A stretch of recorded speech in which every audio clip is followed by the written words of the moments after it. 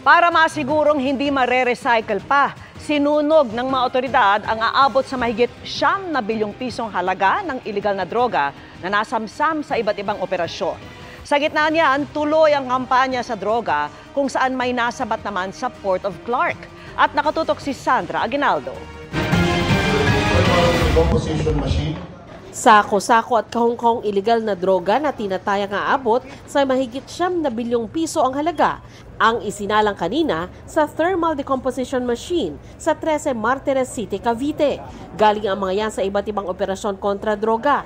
Kasama ang mahigit 1 toneladang shabu na nasabat sa Alitagtag, Batangas noong Abril. Kabilang din sa mga winasak ang mahigit 720,000 grams ng marijuana at 359,000 grams ng ephedrine.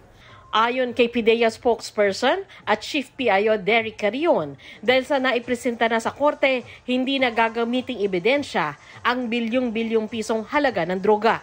Tinupok ito sa temperaturang 1,000 degrees centigrade para matiyak na malulusaw at di na mare-recycle pa. Mahigit 2,000 gramo ng high-grade marijuana o kush at 165 na cartridge ng vape na may halong marijuana oil nang nasabat ng Bureau of Customs sa Port of Clark. Dumating sa bansa ang shipment mula sa California sa Amerika noong May 25. Nagkakahalaga ng halos 4 million pesos ang shipment na idineklara bilang accessory. Nang dumaan ito sa X-ray, napansin daw ng BOC X-ray Inspection Project personnel na may kakaiba sa X-ray image. Ayon sa Philippine Drug Enforcement Agency o PIDEA Region 3, nakumpirma lalong iligal na droga ang laman ng kargamento nang umupo ang K9 unit matapos itong amuyin. Ipinatest din ng PIDEA ang sample mula dito.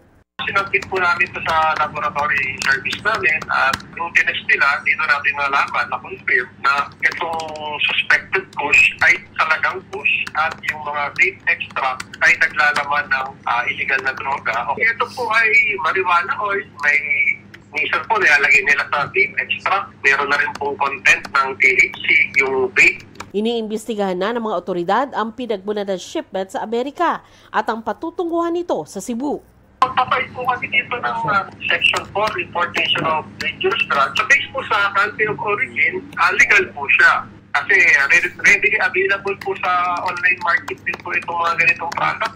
Ano lang yan? Available po talaga dito is yung kung sino yung tatanggap o kaya kung sino po yung nag-import.